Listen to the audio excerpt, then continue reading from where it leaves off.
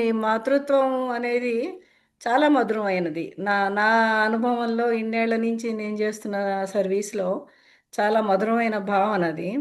సహనానికి, ఓర్పుకి వాటన్నిటికీ మాతృత్వం పొందాకనే స్త్రీలలో ఆ మార్పు సహజమైన మార్పులు వస్తూ ఉంటాయి. ఆహ్, తర్వాత ఇది ముందు తీసుకుంటే దీన్ని ముందుగా మాతృత్వానికి ముందు పీరియడు, తర్వాత ఒకసారి గర్భిణీ వచ్చిన తర్వాత దాన్ని 4గా డివైడ్ చేస్తాం. ముందు 3 నెలలు, మధ్య 3 నెలలు, చివరి 3 నెలలు ప్రసవం, పోస్ట్ పార్టం అంటే డెలివరీ అయ్యాకొచ్చే సమస్యలు. ఈ 4, 5 రకాల సమస్యలుంటాయి. అసలు మాతృత్వం పొందడానికి గూడా కొంత ఈ ఇవాళ రేపు దానిలో చాలామంది వెనకడుగు వేస్తున్నారు కొంతమంది. ఇప్పుడు మొన్న స్టాటిస్టిక్స్‌లో ఏమొచ్చిందంటే 2050కి వచ్చే వరకు వయోవృద్ధులు 1:5 ఉంటారట. ఐదుగురుంటే ఐదుగురులో ఒకళ్ళు ముసలివాళ్ళు ఉంటారట. నలుగురు యూత్ ఉంటారట 2050కి ఇండియా స్టాటిస్టిక్స్. 142 కోట్లున్న మన జనాభా సంగతే ఇది. ఇప్పుడు ప్రస్తుతం అయితే యూత్ బాగున్నారు. యువజనులు బాగున్నారు కాబట్టి ఒక దేశం యొక్క స్ట్రెంగ్త్, దాని బలం అదంతా ఉన్న యువజనుల మీదనే ఆధారపడుతుంది. సో, ఇట్లాంటి ఎఫెక్ట్స్ మనం జపాన్ లాంటి దేశాల్లో వాళ్ళకి వృద్ధులు ఎక్కువైపోయి, వాళ్ళకి బర్త్ రేట్ తక్కువైపోయి మనం చూస్తూనే ఉన్నాం. సో, అది. రెండోదేంటంటే వీళ్ళందరూ ఆహ్, ఇది తెలుసుకున్న తర్వాత ముఖ్యంగా దక్షిణాది రాష్ట్రాలలో ఈ బర్త్ రేటు, జననం రేటు తగ్గుతోందని వచ్చింది. పడుతోందని. అందుకని ఆంధ్రప్రదేశ్ ముందుగా మేల్కొంది. మేల్కొని పిల్లల్ని కనండని వాళ్ళ చీఫ్ మినిస్టర్ గూడా అందరికీ సందేశాలు ఇస్తున్నారు. అది గమనించదగ్గ విషయం. అసలు మాతృత్వం పొందడానికి తగ్గడానికి కారణాలు మెయిన్‌గా నేను చూస్తున్న దానిలో అయితే ఏజీ ఏజ్ లేట్‌గా పెళ్లి చేసుకోవడం. యాక్చువల్‌గా వీళ్ళందరూ అంతకుముందు చిన్న చిన్న చైల్డ్ మ్యారేజెసు, రజస్వలు రాకముందే చేసుకోవడం అవన్నీ సూపర్‌స్టిషన్స్ అవన్నీ ఉన్నాయనుకోండి. ఇప్పుడైతే ఏజీ దాటాక లైఫ్‌లో సెటిల్ అయ్యాక ఒక పొజిషన్ వచ్చాక, ఒక ఉద్యోగం వచ్చాక సెటిల్ అవ్వనుకునే వరకు లేడీస్‌కి 30 వచ్చేస్తున్నాయి. సో, ఫర్టిలిటీ అనేది 20 నుంచి 30 దాకా ఎక్కువ సంతానోత్పత్తికి కారణం, ఎక్కువ ఛాన్సెస్ ఉంటాయి. 30 నుంచి 35 దాకా కొంచెం తగ్గుతాయి. 35 నుంచి ఇంకా తగ్గుతాయి. సో, ఈ వయసులో ఆ ముచ్చట అంటారు గదా! అది ఒక కారణమైంది. తర్వాత సామాజిక, ఆర్థిక పరిస్థితులు గూడా సామాజికంగా ఉమ్మడి కుటుంబాలుండే ఆ రోజుల్లో ఇప్పుడు ఉమ్మడి కుటుంబాలు లేదు, సపోర్ట్ సిస్టమ్ లేదు. వీళ్ళే అన్నిటికీ అవస్థ పడాల్సొస్తోంది. తర్వాత ఆర్థిక కారణాలు. ఈ లోయర్ కేజీ నుంచి వేలకు వేలు ఫీజులు పెట్టి వాళ్ళని సెటిల్ చేసి ఇదయ్యే వరకు ఇద్దరు భార్యాభర్తలు ఉద్యోగస్తులయ్యే వరకు అవి సామాజిక కారణాలు. ఇవన్నీ కలిపిన దీనివల్ల గూడా ఉత్పత్తి రేటు తగ్గుతోంది. వాళ్ళు భయపడుతున్నారు ఎక్కువ. మేము ప్రాక్టీస్ చేసే ఆ రోజుల్లో 9, 8 కాన్పులు చేసేదాన్ని నేను. ఎనిమిదో కాన్పు, తొమ్మిదో కాన్పు. ఇప్పుడు రెండో కాన్పు, మూడో కాన్పు తర్వాత మళ్ళీ 4 కూడా చూడట్లే. ఎందుకంటే వాళ్ళు లెక్కలేసుకుంటున్నారు. ఏ రకంగా మేము వాళ్ళని పైకి తీసుకురాగలం, సెటిల్ చేయలేం, లైఫ్‌లో కాంపిటీషన్ ఎక్కువైపోయిందని. ఆ రకంగా ఉత్పత్తి రేటు తగ్గి, ఈ లేట్‌గా మ్యారేజెస్ అయ్యే వరకు చైల్డ్‌లెస్ కపుల్స్ కూడా ఎక్కువ కనిపిస్తున్నారు. ఎక్కువ మంది ఈ ఫర్టిలిటీ కేసెస్ అవి. ఈ ఇదిగా చూసుకుంటే నీటి బుడగలని, పీసీఓఎస్ అని, పాలిసిస్టిక్ ఓవరీస్ అని అవన్నీ ఎక్కువైంది. నా ఎక్స్‌పీరియన్స్‌లో ఈ మగవాళ్ళల్లో కూడా కొంచెం లైఫ్ స్టైల్ చేంజెస్ అయిపోయినాయి. ఒబిసిటీ ఒకటొస్తోంది. 2 మద్యపానం, ధూమపానం, పొల్యూషను, ఈ పెస్టిసైడ్స్, ఎన్వైర్న్‌మెంటల్ చేంజెస్ వల్ల కణాల తగ్గుదల కూడా కొంచెం కొంచెం కనిపిస్తోంది. సో, ఇవన్నీ కారణాల వల్ల ఉత్పత్తి రేటు కొంచెం తగ్గింది. తర్వాత ధైర్యం కూడా చేయడానికి కష్టమైంది. కొంతమంది సిద్ధాంతపరంగా మీకు తెలియంది నేను చెప్పేదేం లేదు. ఇక మాకు పిల్లలే వద్దని డిసైడ్ చేసుకొని ఒక పార్టీకో, ఒక ఉద్యమానికో అంకితమైన వాళ్ళని మనం చాలామందిని చూస్తుంటాం. అది ఫస్ట్ అసలు రావడానికి మన పిల్లలు కావడానికి ప్రీ ప్రెగ్నెన్సీకి ముందు ఉన్న సంగతి. ఇంకా ఒకసారి గర్భిణీ వచ్చిన తర్వాత మేము గర్భిణీ స్త్రీలని 3 భాగాలుగా ఉంటాం. ఫస్ట్ 3 నెలలు, ఫస్ట్ ట్రైమిస్టర్, సెకండ్, థర్డ్ అంటాం. ఫస్ట్ 3, 4 నెలలు వచ్చే ప్రాబ్లమ్స్, మధ్యలో వచ్చేవి, తర్వాత వచ్చేవి. ఫస్ట్‌లో ప్రెగ్నెన్సీ అని డయాగ్నోస్ అయిన తర్వాత ఫస్ట్ వీళ్ళకి వచ్చేవి ఎక్కువ వామిటింగ్స్. గర్భిణీ స్త్రీ ఫేస్ చేసేది. అది న్యాచురల్గా ఫిజియలాజికల్గా వచ్చేదే. కొంతమందిలో మాత్రం చాలా ఎక్కువైపోయి ఒకటి రెండు గర్భిణీలు తీసేసే పరిస్థితులు కూడా చూస్తాం. అవి చాలా రేరు. చాలా వరకు మెయింటైన్ చేస్తూనే ఉంటాం. అది అది జబ్బు కాదు కాబట్టి, పెథాలజీ కాదు, అది ఓన్లీ ఫిజియలాజికల్గా గర్భిణీ స్త్రీకి హార్మోన్స్ ఎక్కువ రిలీజ్ అయినప్పుడు హార్మోన్స్ వల్ల జెనెటిక్గా వచ్చే అది వాంతులు అనేది. రెండోది ఏమో గర్భిణీ అయిన తర్వాత కూడా అది లోపల హార్ట్ బీట్ ఆగిపోవడం. 6 to 7 weeks నుంచి ఫీటల్ హార్ట్ కొట్టుకోవడం, గుండె కొట్టుకోవడం మొదలవుతుంది గర్భిణీ స్త్రీకి. అది మొదట ఉంటుంది. తర్వాత 4 రోజులు 1 month అయిన తర్వాత మళ్ళీ అది గుండె ఆగిపోతుంటుంది. లోపల బేబీయే చనిపోయి ఉంటుంది 3 నెలలకి, 3 నెలల లోపే. అప్పుడు మనం తీసేయాల్సి వస్తుంది. ఆ రెండు మెయిన్ కారణాలు. దానికి జనరల్గా మనం చేయగలిగింది ఏం లేదు. కొన్ని జెనెటిక్ ప్రాబ్లమ్స్ ఉంటాయి, పుట్టుకతో వచ్చే అండంలో వచ్చే మార్పులు కానీ, లేకపోతే తల్లిదండ్రుల నుంచి వచ్చే జీన్స్ నుంచి కూడా వచ్చే మార్పులు కూడా వల్ల అట్లా జరిగే అవకాశం ఉంటుంది. అసలు పిండం ఎదుగుదలలోనే ప్రాబ్లం వస్తే, ఇప్పుడు మామిడి చెట్టుకి మామిడికాయలు కాస్తే అన్ని పండ్లు కావు, కొన్ని పిందెలు రాలిపోతాయి. అలాగనే అలా వచ్చే వాళ్ళకి వచ్చి పిండం తీసేసే అవకాశాలు కూడా ఉంటాయి. ఇంకా రెండోది సెకండ్ ట్రైమిస్టర్ అంటే 4వ నెల నుంచి మళ్ళీ 6-7 నెలల వరకు వచ్చేది. అప్పుడు ఫస్ట్ మనం ఆ ఏజ్లో చూసేది ఏమిటంటే పుట్టుకతో వచ్చే మాల్ ఫార్మేషన్స్. అంటే కొంతమందికి గ్రహణమెర్రి అంటారు, అదొకటి. కొంతమందికి కిడ్నీస్లో సిస్టులు ఉంటాయి, కొంతమందికి హార్ట్లో హోల్స్ ఉంటాయి, కొంతమందికి మెదడులో నీరు ఉంటుంది, పొట్టలా ఉండి కాళ్ళు చిన్నగా ఉండి ఎక్స్ట్రా డిజిట్స్ ఉంటాయి. ఇప్పుడు సైన్స్ చాలా అడ్వాన్స్ అయింది. ఆ స్కానింగ్లు మేము ఆ టైంలో తీస్తాం. 18 నుంచి 22 weeks వరకు టిఫా స్కానింగ్ అని చేస్తారు.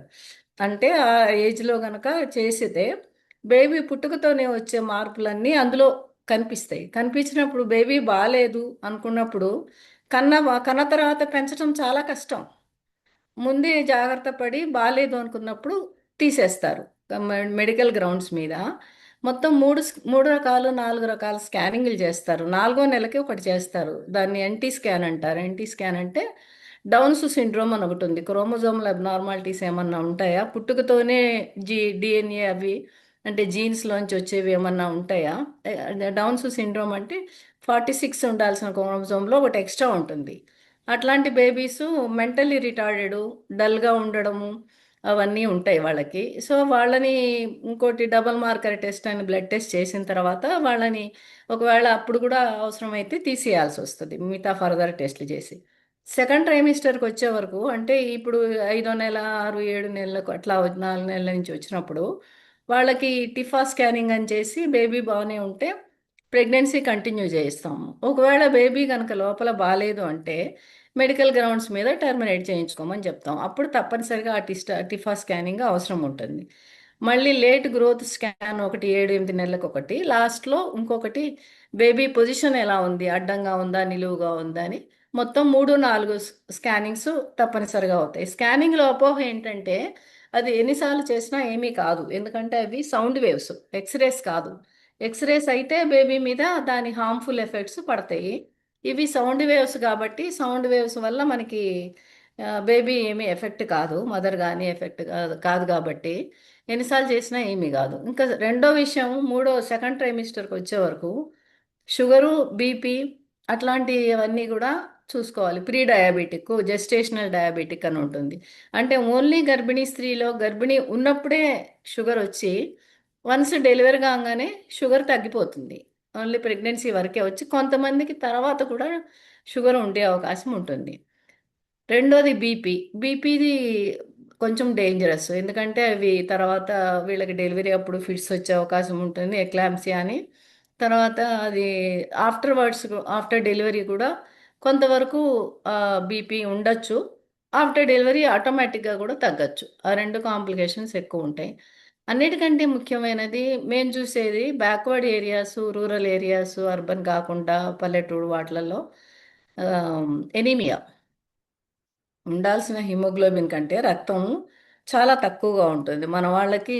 మన దీనిలో అయితే ఆల్మోస్ట్ ఎక్కువ మందికి ఎనీమియాయే చూస్తాం మేము. వాటికి ఫస్ట్ నెంబర్ 1 ఐరన్ ట్యాబ్లెట్స్ ఇస్తారు. గవర్నమెంట్ ఇప్పుడు చాలా ఇస్తోంది, చాలా రకాలుగా అప్పటికిప్పటికీ సైన్స్ అడ్వాన్స్ అయింది, స్పెషలిస్టులు ఎక్కువైపోయారు, మెడిసిన్స్ కూడా బాగా ఇస్తున్నారు. ట్యాబ్లెట్స్తో కూడా అవ్వలేదు అనుకోండి, నెక్స్ట్ ఐరన్ డెక్స్ట్రాన్ ఇంజెక్షన్స్ గ్లూకోజ్లో కలిపి ఆ, ఐరన్ పెరగడానికి ఇంజెక్షన్స్ ఇస్తారు. అది దాంతో కూడా ఇంకా కొంచెం తక్కువ అనుకుంటే బ్లడ్ ఎక్కిస్తుంటారు. ఎందుకంటే ఎప్పుడైతే బ్లడ్ లేదో ఆమెకి అన్ని కాంప్లికేషన్స్ వస్తాయి. తల్లికే లేనప్పుడు పిల్ల కూడా ఎఫెక్ట్ అవుతుంటుంది. So anaemia most common complication. Sugar, BP, anaemia ఇవన్నీ కామన్ కాంప్లికేషన్స్ వస్తుంటాయి. ఎక్కువలో ఎక్కువ అన్నిటికీ మోస్ట్ కామన్ ఎనీమియా, రక్తహీనత, ఎస్పెషల్లీ మన దేశంలో. నాలుగోది ఏంటంటే అసలు గర్భిణీ స్త్రీకి ఎక్సర్సైజు, అప్పర్ క్లాస్ వాళ్ళు ఎక్సర్సైజు చాలా తక్కువ ఉంటుంది. కొంచెం ఒబిసిటీ పెరిగి మా అమ్మాయికి రెస్ట్ కావాలి, రెస్ట్ కావాలి అని అనే వరకు వాళ్ళకి తిని కూర్చుంటే ఒళ్ళొచ్చేస్తుంది. యోగా చేయడం కానీ, తర్వాత ఎక్సర్సైజెస్ కానీ, మెడిటేషన్ కానీ అవన్నీ కొంచెం చదువుకున్న వాళ్ళు చేస్తున్నారు. మా పల్లెటూరు లాంటి వాళ్ళల్లో వాళ్ళు ఆ, చాలా కష్టపడి పనులు చేసేవాళ్ళు కాబట్టి పూర్వకాలంలో మజిల్స్, లిగమెంట్స్ అన్నీ రిలాక్స్ అయ్యి పని చేస్తూ వచ్చి పడుకొని డెలివరీ అయిపోయేవాళ్ళు. వాళ్ళకేమీ పెద్దగా ప్రాబ్లమ్స్ ఉండేవి కాదు. ఇప్పుడు అసలు అది లేకుండా రెస్ట్ అనేది ఎక్కువయ్యి వాళ్ళకి కావాల్సినంత ఆహారం ఎక్కువయ్యి పోషకాహారం పెట్టే వరకు వాళ్ళకి పెయిన్స్ రావడం కూడా తగ్గింది. మోస్ట్లీ డేట్ దాటిపోయినా కూడా వాళ్ళు పెయిన్స్ రాకుండా అలాగే ఉంటున్నారు. అప్పుడు ఈ సి సెక్షన్స్ చేయడం అది ఎక్కువైంది. సో శారీరక శ్రమ కూడా కొంతవరకు కొంతవరకు అవసరం. మరి వెయిట్ లిఫ్టింగ్ అది చేయకపోయినా కొంతవరకు మజిల్స్ అవన్నీ కూడా రిలాక్స్ అయ్యి ఉంటాయి. అదొకటి. తర్వాత మానసిక ప్రశాంతత, మెడిటేషన్ కానీ, యోగా కానీ అవన్నీ మా గర్భిణీ స్త్రీలకి అది కూడా అవసరమే. అది వరకు మనం మ్యూజిక్ థెరపీ అని ఇంకొకటి వచ్చింది. మ్యూజిక్ వినేవాళ్ళు, వాళ్ళు అన్నీ చదువుకునేవాళ్ళు, పౌరాణిక ఇవి కానీ ఇవి. అంతకు మీరు వినే ఉంటారు. మీకు అర్జునుడు సుభద్రకి వ్యూహంలోకి ఎట్లా వెళ్ళాలో చెప్తాడు. చెప్తుంటే కడుపులో ఉన్న అభిమన్యుడు వింటాడు. విన్న తర్వాత ఆయనకి ఏదో పని వచ్చి వెళ్ళిపోతాడు. అది బయటికి ఎట్లా రావాలో చెప్పలేదు సుభద్రకి. దానివల్ల ఆయన లోపలికి వెళ్ళి పద్మవ్యూహంలో చిక్కుకొని చనిపోయాడు. బయటికి అది ఆయన గర్భస్థ శిశువు విన్నది అని మనం చదివాం. అంటే మనం మాట్లాడుకునేవి అన్నీ కూడా మరి వింటుంటుంది, రెస్పాండ్ అవుతుంది అని. అట్లానే కొంతవరకు ఈ మ్యూజిక్ థెరపీలో కానీ ఇవి కానీ అవి కొంతమందికి ఒక సైన్స్ ఉంది. అది అది మ్యూజిక్ వింటారని బేబీస్ లోపల మానసిక శారీరక ఎఫెక్ట్ అంతా బేబీ మీద కూడా పడుతుంది అని కొంతమంది అంటారు మరి. అది తర్వాత లాస్ట్ థర్డ్ థర్డ్ ట్రైమిస్టర్ అంటే లాస్ట్ 3 నెలలకు వచ్చే వరకు స్కానింగ్ మళ్ళీ తీసుకొని బేబీ ఎలా ఉంది, అడ్డంగా ఉందా, నిలువుగా ఉందా, నార్మల్గా అవుతుందా లేదా, వెయిట్ సరిపోనుందా, 1 LB 1 వీక్ ఎదగాలి. కావాల్సిన 2.5 cut off KG per premature babies కాకుండా నార్మల్ వెయిట్ మినిమం ఉండాలి. సో అదంతా కలిపితే ఎట్లా ఉంది, లోపల ఉమ్మినీరు ఎలా ఉంది, బొడ్డుతాడని అవి లాస్ట్ ట్రైమిస్టర్, చివరి ట్రైమిస్టర్ 3 నెలలు అవి చేస్తారు. చేసిన తర్వాత ఆమె డాక్టర్ గారు ఈ లోపుకే ఒక నిర్ణయానికి వస్తుంది. ఈ అమ్మాయి నార్మల్ అయ్యే అవకాశం ఉంది, ఈమె నార్మల్ అవ్వకపోవచ్చు, ఈ ఫ్యాక్టర్స్ ఉన్నాయి, షార్ట్గా పొట్టిగా ఉంది కాబట్టి దారి అనేది కొంచెం ఇరుగ్గా ఉండొచ్చు, ఇంటుగా ఉంటే కష్టం అవ్వచ్చు అని కొంత మైండ్లో అనుభవం మీద వాళ్ళని చూసి వీళ్ళు డిసైడ్ చేసుకుంటారు కొంతవరకు. అది తర్వాత వాళ్ళు ఈ ఉమినీరు తక్కువ ఉంది అట్లా అనుకున్నప్పుడు ముందే సెక్షన్స్ చేసుకోవడం, బేబీని తీసి ఇంక్యుబేటర్లో పెట్టడం. ఇప్పుడు చాలా సైన్స్ అడ్వాన్స్ అయింది, అప్పటి రోజులు కాదు కదా. అట్లా అట్లా ముందే డిసైడ్ చేసుకోవడానికి అప్పుడు ఇంకొకసారి స్కానింగ్ ఫైనల్గా చేస్తారు. ఇవి యాంటీనేటల్గా మనం జాగ్రత్తలు తీసుకోవాల్సినవి అని అడిగారు కదా. జాగ్రత్తలు అని అంటే సమంగా ఫ్రూట్స్ తీసుకోవడం, ఎక్కువ ఆకుకూరలు తీసుకోవడము, ఆ, మనిషి మానసికంగా ప్రశాంతంగా ఉండడం, ఇవన్నీ కూడా మనం దీని గురించి ఇది చేయడం. మామూలుగా శారీరక శ్రమ లిమిటెడ్గా చేసుకోవడం, మనకి చేతనైనంత వరకు వాకింగ్ కానీ ఇది కానీ, రెగ్యులర్ చెకప్స్ బీపీలు, షుగర్లు అవన్నీ గవర్నమెంట్ చేస్తుంది, ప్రైవేట్గా కూడా చేయించుకుంటున్నారు. ఇంకా డ్యూరింగ్ డెలివరీ కాన్పు దగ్గరికి వచ్చిన తర్వాత కాన్పులో కాంప్లికేషన్స్ ఏమొస్తూ ఉంటాయంటే ఎక్కువగా వచ్చేవి బేబీ ఉక్కిరి బిక్కిరి అవుతుంటుంది ఒక్కొక్కసారి. వాటికి ఫిటల్ డిస్ట్రెస్ అంటారు. అంటే ఆక్సిజన్ సరిపోక కలర్ డాప్లర్ అని డాప్లర్ టెస్ట్ అని ఒకటి చేస్తారు. అది చివరి నెలలో చేస్తారు. ఎందుకంటే తల్లి నుంచి ప్లస్ మాయ ద్వారా బ్లడ్ ఆక్సిజన్ బేబీకి ఆక్సిజన్ వస్తుంటుంది కదా, అది సమంగా ఫ్లో అవుతుందా లేదా అనేది ఒకటి టెస్ట్ చేసుకుంటారు. రెండోది లాస్ట్ టెస్ట్, లాస్ట్లో డెలివరీ అప్పుడు ఏమన్నా ఉక్కిరి బిక్కిరి ఎమర్జెన్సీగా ఆపరేషన్ చేయడం, అక్కడ దాకా మధ్యలో వచ్చి నార్మల్ అవుతుందన్నది ఆగిపోయి ఆపరేషన్కి వెళ్ళడం అవన్నీ జరిగేవి. ఇప్పుడు మోస్ట్లీ ఎలక్టివ్ సెక్షన్స్కి వెళ్తున్నారు అనుకోండి. అదివరకు అయితే ట్రై చేసి నార్మల్ కాకపోతే ఆపరేషన్. అన్నిటికంటే మోస్ట్ కామన్ కాంప్లికేషన్ ఎక్కువ రక్తస్రావం కావడం. అది మాయ రాకపోవడం, మాయ అతుక్కొని పోవడం, మాయ అది ఎక్కువ బ్లీడింగ్ ఎక్కువ అవుతూ ఉంటుంది. అప్పుడు ఒక్కొక్కసారి ఫ్లూయిడ్స్తో అవుతుంది, ఒకసారి బ్లడ్ కూడా ఎక్కించాల్సి వస్తుంది. అది లాస్ట్. డ్యూరింగ్ డెలివరీ కూడా ఫిట్స్ కూడా వస్తాయి కొంతమందికి బీపీ. అది అది మేము అది వరకు పాతకాలంలో చూసేవాళ్ళం.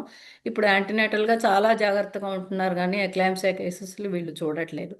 సో మా దగ్గరగా మేము ప్రాక్టీస్ చేసిన రోజుల్లో కాలు బయటకు వచ్చిన కేసులు, కార్డు బయటకు వచ్చిన కేసులు, ఒక బేబీ డెలివరీ అయ్యి ఒక బేబీ లోపల ఉన్న కేసులు, బేబీ డెలివరీ అయిన తర్వాత మాయ లోపల ఉండిపోయిన కేసెస్, చెయ్యి బయటకు వచ్చిన వాళ్ళు, తర్వాత గర్భసంచి పగిలిన వాళ్ళు, ఇవన్నీ మేము ఆబ్స్టెటిక్ కేసెస్ 30 ఏళ్ల క్రితం చూసేవాళ్ళం.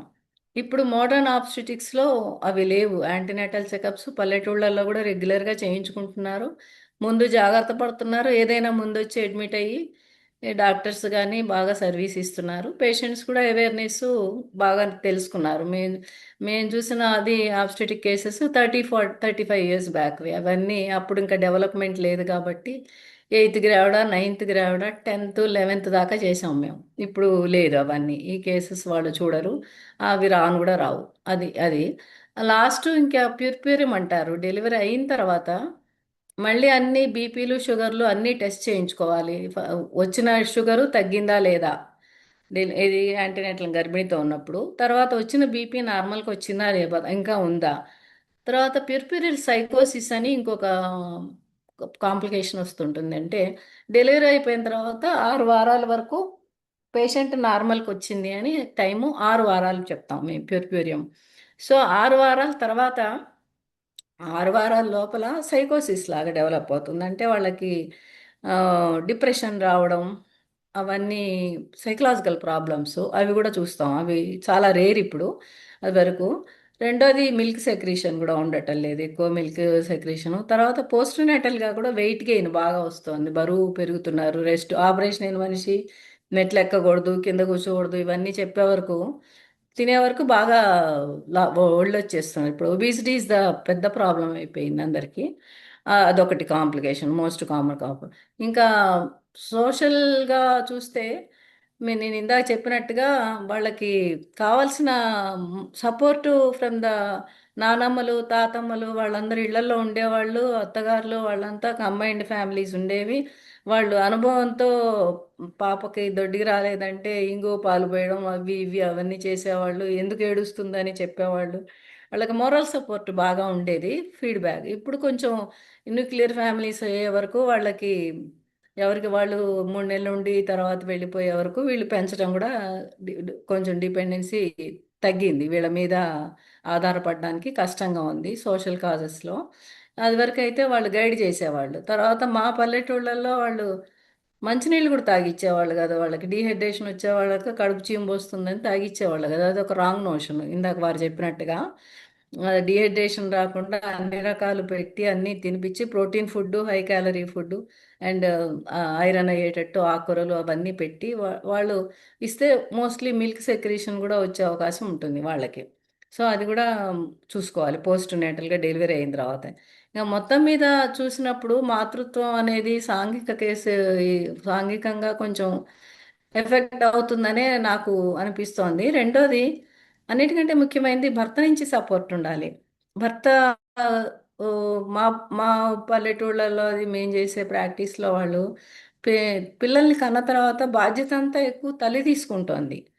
భర్త కొంచెం తాగుబోతుకి వాళ్ళు అలవాటు పడి తీసుకొని వచ్చి వాళ్ళు అంటే ఎక్కువ వాళ్ళని కేర్ చేయకపోవడం అది కూడా కొంత ఉంటుంది కొన్ని ఫ్యామిలీస్లో. కొంతమంది ఇప్పుడు బాగా ఉంటున్నారు. రెండోది ఆడపిల్లలు మగపిల్లలు అన్న భేదం కూడా లేకుండా గర్ల్స్ హాస్టల్స్ వచ్చినాయి, ట్రైబల్ హాస్టల్స్ వచ్చినాయి, ఎస్సీ హాస్టల్స్ ఉన్నాయి. అంతా ఫ్రీ, మొత్తం ఫ్రీ వాళ్ళకి. బ్యాక్వర్డ్ క్లాసెస్కి మేమున్న ట్రైబల్ ఏరియాలో అసలు డెలివరీ అయిన తర్వాత వాళ్ళు 7 8 ఏళ్ల తర్వాత వాళ్ళని ట్రైబల్ హాస్టల్లో చేస్తే ఇంటర్మీడియట్ బిఏ దాకా కూడా గవర్నమెంట్ చెప్పిస్తోంది, ఐటీడీఏ వాళ్ళు. సో ఆ బర్డెన్ వాళ్ళకు ఉండట్లేదు. పిల్లల్ని కూడా బాగా చదివిస్తున్నారు. పల్లెటూళ్ళల్లో కూడా బాగా కాంపిటీషన్ వచ్చి మా అమ్మాయి చదువుకోవాలని హాస్టల్స్లో పెట్టి హైదరాబాద్ కూడా పంపి చదివిస్తున్నారు. ఆ జెండర్ ఈక్వాలిటీ కూడా కొంచెం పెరిగింది బ్యాక్వర్డ్ ఏరియాస్, మా ఏరియాస్లో కూడా బాగుంది. కానీ ఈ భర్త ఎప్పుడైతే పట్టించుకోకుండా ఉన్నాడో, ఈ దీనిలో షేరింగ్ లేదో, బర్డెన్ వర్కింగ్ ఉమెన్ ఉన్నప్పుడు కానీ లేకపోతే పిల్లల బాధ్యత ఎక్కువ తల్లి మీద పడుతుంది. అది కొంచెం కష్టంగానే ఉంటుంది వాళ్ళకి, పిల్లల్ని చూసుకోవడం, మళ్ళీ ఆ, ఆ, ఆ, డబ్బులు సంపాదించడం, మళ్ళీ ఫ్యామిలీని రన్ చేయడం, వాడు హెల్ప్ చేయకపోయాక కొంచెం సతాయించడం, వీళ్ళు ఇవన్నీ కూడా ఒక వర్గంలో మేము చూస్తూనే ఉంటాము. చూసినప్పుడు నా పర్సనల్ ఒపీనియన్లో తల్లి ఎప్పుడన్నా సూసైడ్ చేసుకుందామనే నిర్ణయానికి వస్తే, ఈ మధ్య పేపర్లలో చదువుతున్నాం కదా, పిల్లల్ని కూడా తీసుకుపోయి చంపేస్తుంటుంది ఫస్ట్. ఎందుకు? నా తర్వాత నా పిల్లలు సమంగా చూస్తారో లేదో వీళ్ళంతా, మా పిల్లలు ఏం కష్టపడతారో, తర్వాత ఏమి ఫేస్ చేయాల్సి వస్తుందో అని ఆ బాధ్యత ఆమె తీసుకొని వాళ్ళని కూడా చంపి తను కూడా చచ్చిపోతుంది. అంటే పొజెసివ్నెస్, నా పిల్లలు నా వాళ్ళ తర్వాత కష్టపడకూడదని. అది నా ఉద్దేశం, అది అందరు చెప్పేది కాదు, నేను చూస్తున్న దానిలో. సో అంత అటాచ్మెంట్ తల్లికి ఎక్కువ ఉంటుంది. ఈ భర్తలకు ఉంటుంది, కానీ వాళ్ళు కొంచెం అంత వీళ్ళంత బాధ్యత తీసుకుంటున్నట్టుగా కొంచెం తక్కువ అనిపిస్తుంది. సిటీస్లోది నాకు అంత తెలియదు, కానీ చాలామంది అమ్మాయిల్ని తీసుకొని వెళ్ళి హాస్టల్స్లో చేర్పించి, నర్సింగ్లు చేర్పించి, డాక్టర్స్ని చేసి, ఇంజనీరింగ్ కాలేజీలో చదివిస్తున్నారు. అది వరకు 13 14 ఏళ్ళు రాగానే పెళ్ళిళ్ళు చేసేవాళ్ళు. ఇప్పుడు అట్లా తొందరపడట్లే. అమ్మాయిల్ని కానిస్టేబుల్స్ చేయడం, పోలీసు దీని రిక్రూట్మెంట్కి పరిగెత్తించడం, అన్నీ చేస్తున్నారు. అట్లాంటి మా ఊళ్ళల్లో కూడా అది చాలా ఆనందకరమైన విషయం.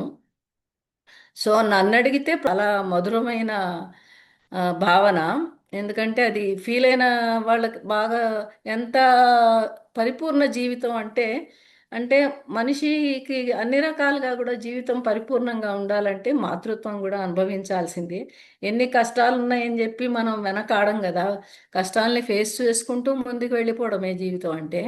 వాళ్ళలో ఆ మాతృత్వం అనేది ఇంకా, కాకపోతే అది పర్సనల్, వాళ్ళ ఒక్కొక్కళ్ళ పర్సనల్ ఇంట్రెస్ట్ని బట్టి ఉంటుంది. కానీ జాగ్రత్తగా ఇది చేసుకొని ఉంటే పిల్లలు వాళ్ళ అభివృద్ధి చూసుకున్నప్పుడు, అసలు పిల్ల పుట్టిన తర్వాత చాలా కష్టమైన కాన్పు చేసి మేము తీసుకొచ్చి ఆమె చేతిలో పెడితే ఆమె మొహం మీరు చూడాలి ఒకసారి, ఎంత సంతోషంగా ఉంటుందో, ఎంత ఇదిగా ఉంటుందో. దగ్గర చేర్చుకొని వాళ్ళు మనకి ఏం చెప్తారంటే, బేబీ ఏడ్చిన తర్వాత తల్లి పక్కనే పడుకోబెట్టేస్తారు వెంటనే.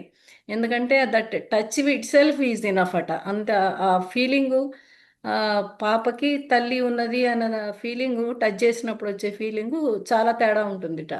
అందుకని ఫస్ట్ ఆ ముర్రు పాలు అనే మూడు మూడు రోజులు 4 రోజులు వచ్చే కొలాస్ట్రం వచ్చే పాలు కూడా తల్లి చేత వేస్ట్ చేయకుండా ఇప్పిస్తారు, బాగా న్యూట్రిషస్ అని. సో టచ్ అనేది చాలా ఇంపార్టెంట్, ఆ ఎఫెక్షన్ అనేది చాలా ఇంపార్టెంట్. నా ఉద్దేశంలో మానవుడికి, మనిషికి, అందరికీ కాకుండా మామూలుగా జంతువులు కూడా చూడండి, ఎవరైనా పిల్లల్ని ఎవరైనా అటాక్ చేస్తే దాని శాయశక్తులా పోట్లాడుతుంది. దాని రెక్కల కిందనే గుడ్లు ఇవి పెట్టుకొని అసలు అటాక్ చేయకుండా మారుస్తుంటుంది. తల్లి కూడా అంతే ఉంటుంది. మాతృత్వం అనేది చాలా గొప్పది.